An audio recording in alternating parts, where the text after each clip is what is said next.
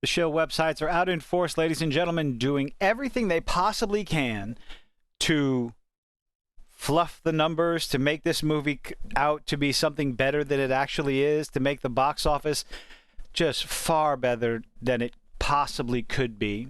But they're going to try desperately. Indiana Jones and the Dial of Destiny dominates UK box office. My goodness, crushing at the box office over in the UK. Sequel managed to bring in $9 million for the top spot this weekend.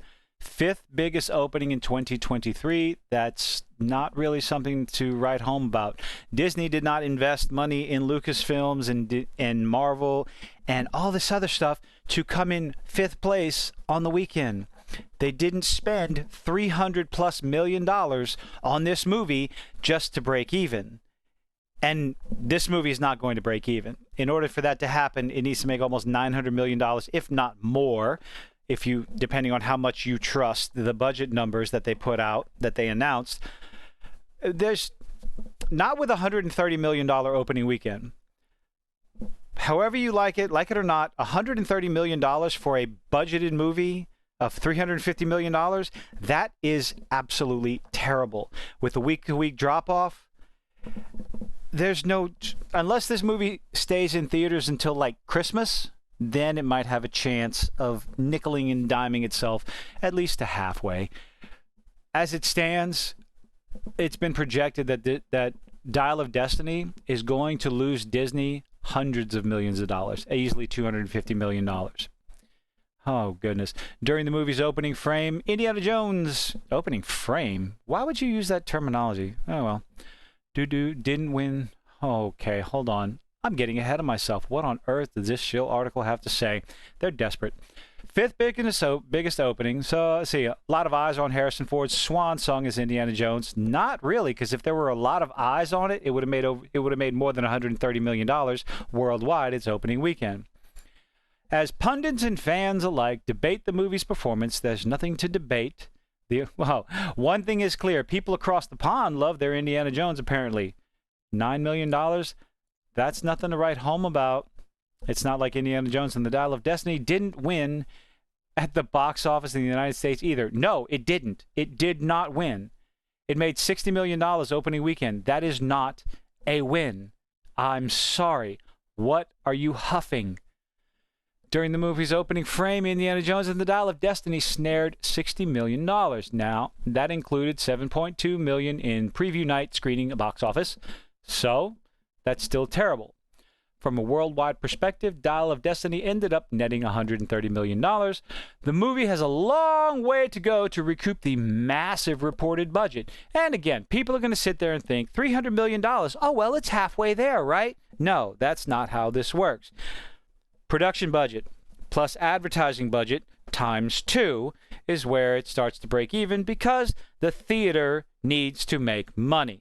Theater cut is approximately 50% of the box office revenue. So, production budget, $300 million.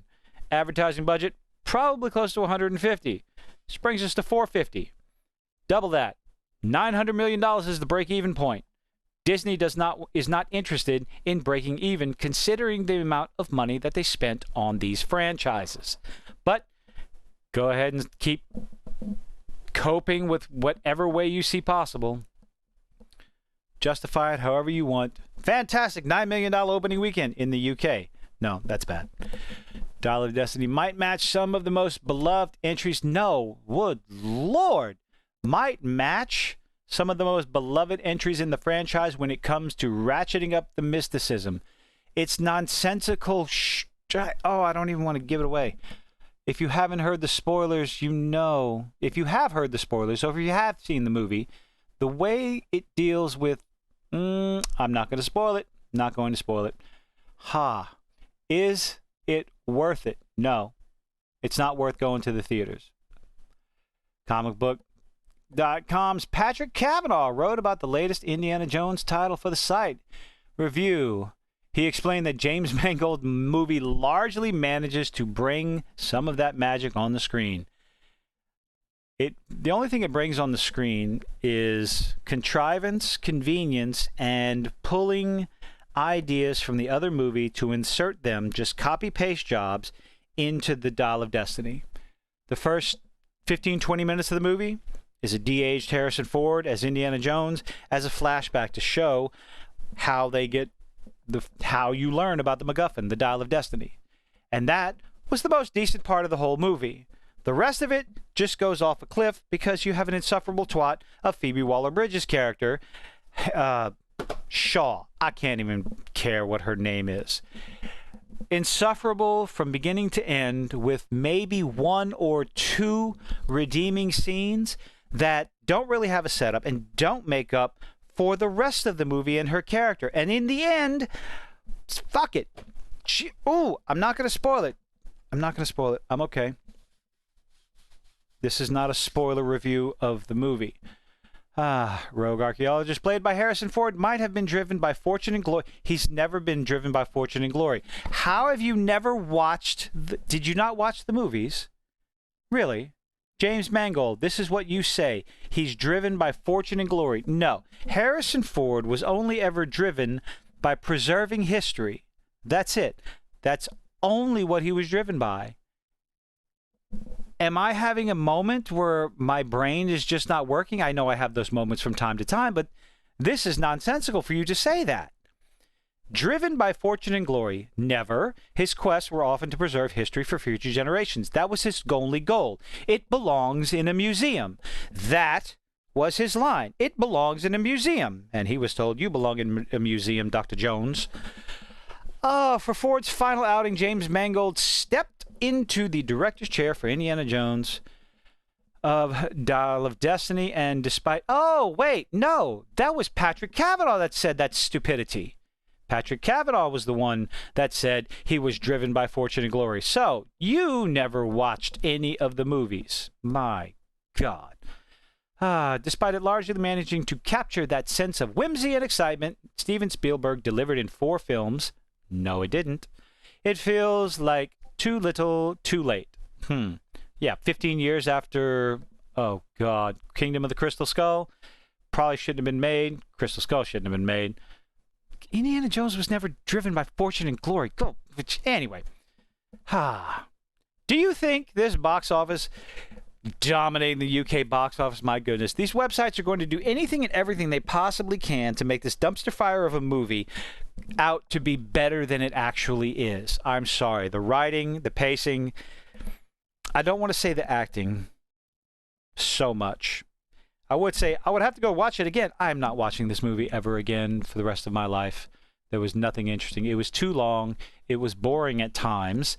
The only redeeming thing is the beginning with Harrison Ford, but the amount of contrivance, the amount of convenience to move the plot along, this is unfortunately something that I'm noticing more and more as I watch movies, as I talk about movies, and I'm trying not to overthink and dissect these movies, but my goodness. Making excuses, as many as they possibly can, to drum this movie up to be more successful than it actually is going to be. This is yet another failure on Disney in way of Lucasfilms of box office failure. There's no two ways about it. The amount of money that Disney has lost over the past year at the box office, estimated in almost $1 billion, $890 million. This is going to add to that number almost exponentially. The loss that this movie will take will put that number over the past year in box offices over $1 billion. That is not good. Investors are not interested in those kind of numbers. Disney is not interested in those kind of numbers. They spent all that money to make money, and they are failing to do so. I don't know how much the billions of dollars the 3 Star Wars movies made, but that's not going to carry them far enough. This, as other people smarter than me have said, this is not sustainable. When does it end? When do they start working on better stories? Remains to be seen, but let me know what you think in the comments. Leave a like, leave a dislike. I appreciate you making it this far. Have a good one.